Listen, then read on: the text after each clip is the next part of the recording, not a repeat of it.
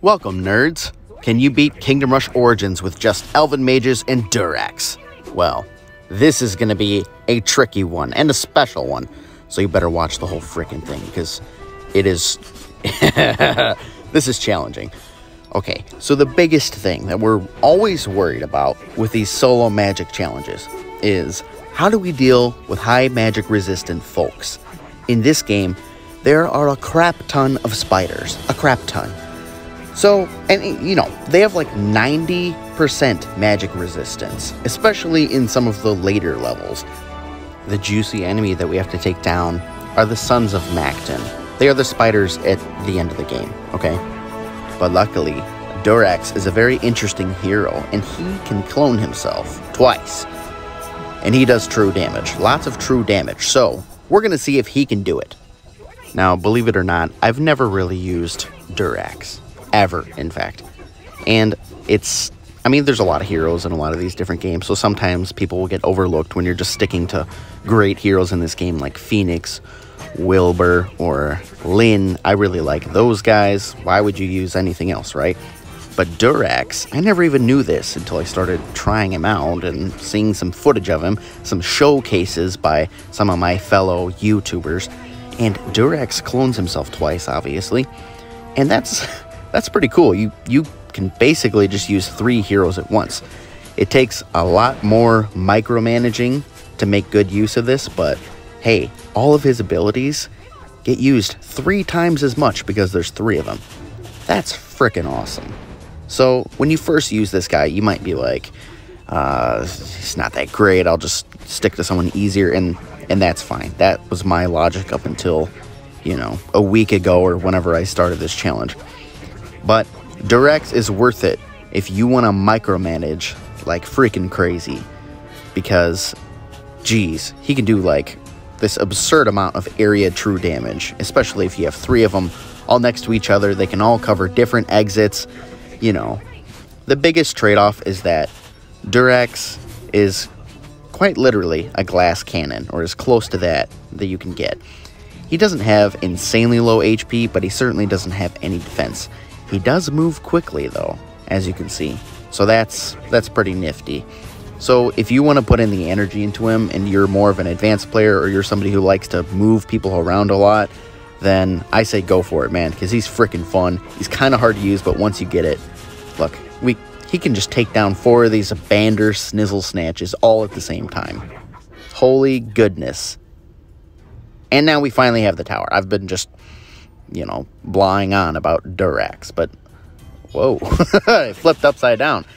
So yeah, look at this.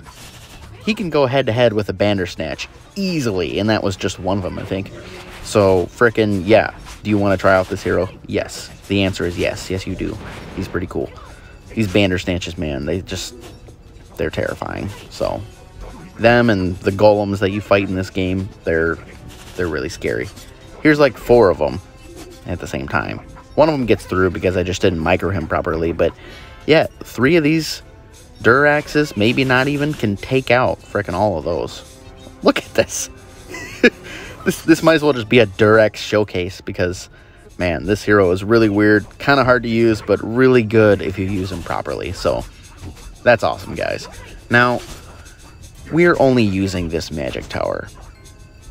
I never really use this magic tower. I freaking love the other one. The Magus that attacks quickly, has an area damaging insta-kill ability, and silences enemies with its other one. Silencing those freaking guys that when they're released, you know, their spirits disable your towers. They disable your towers for like 10 or 15 seconds. So with the other magic tower, not this one, silencing those guys just alone makes that ability worth it. You do need to upgrade it to at least 2 or 3 tiers, or else it's not really worth it, because then you'll be silencing like 1 enemy at a time, and that's completely pointless. But yeah, so I always use the other magic tower. I would rarely use this one, and so I don't have a ton of experience using it, but it looks cool. It does a decent amount of damage. It does have a bit of stalling capabilities, as you can see from those blue orbs that it sucks the enemies into and stalls them, but it doesn't really add up enough to kill these spiders.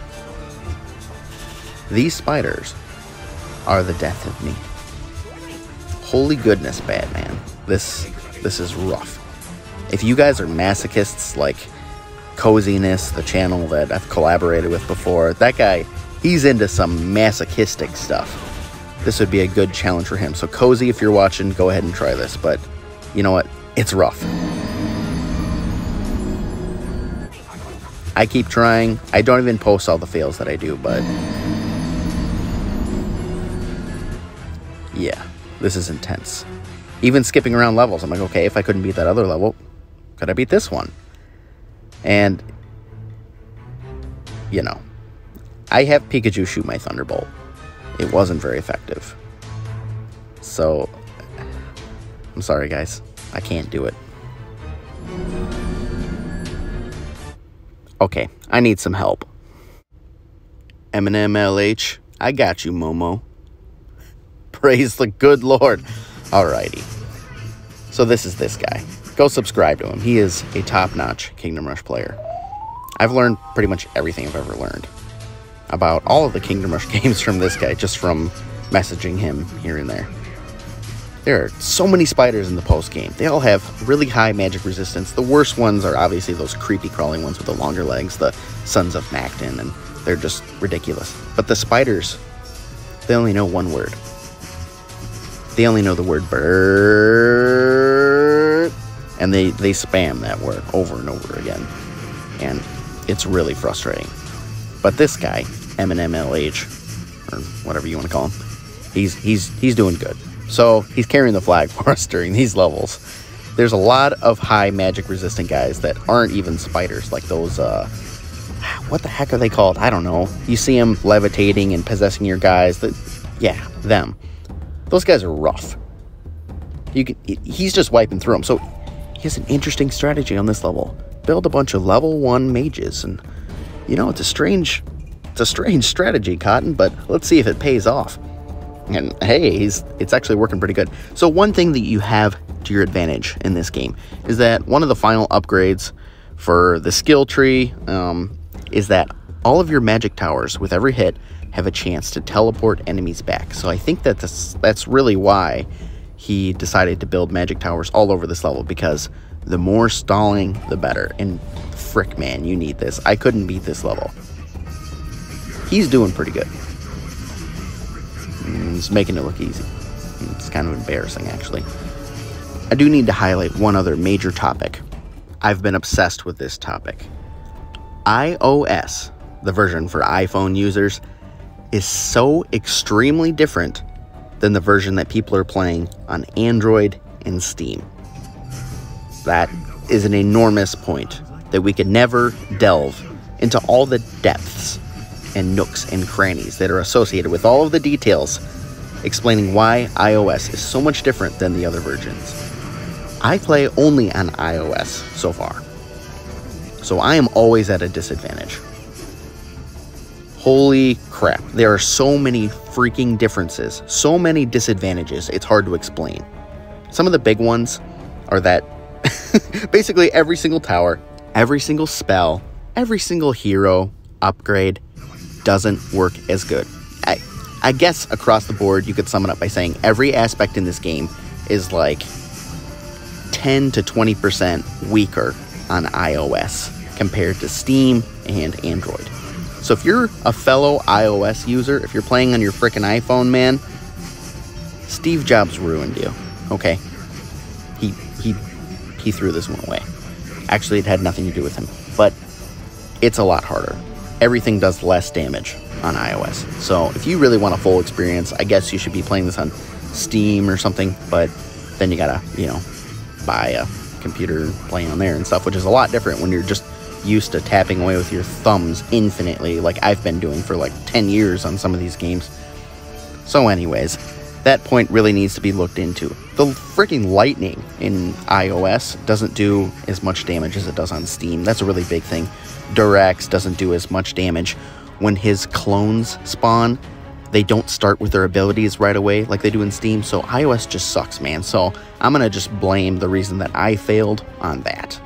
But Eminem LH, he's the boss, baby. He's been cruising through this, so I'm really impressed, you know. I wish I could pay him in more than just those orange $500 bill Monopoly bucks, but that's all I got on me, so wow. This is the last boss, baby. I don't know about the post game. I don't want to try that, but oh, we're so close. Yeah! He did it! It took him down! So can Momo beat Kingdom Rush Origins with just Elven Mage and Durax? No. But Eminem LH can, baby! Seriously, dude, I don't even know your name. I haven't even known you very long, but you brought me through this. Thank you very, very much. Somebody go frickin' throw some subscribers at this guy. Watch his channel. It's extremely impressive. Like and subscribe or something to both of us!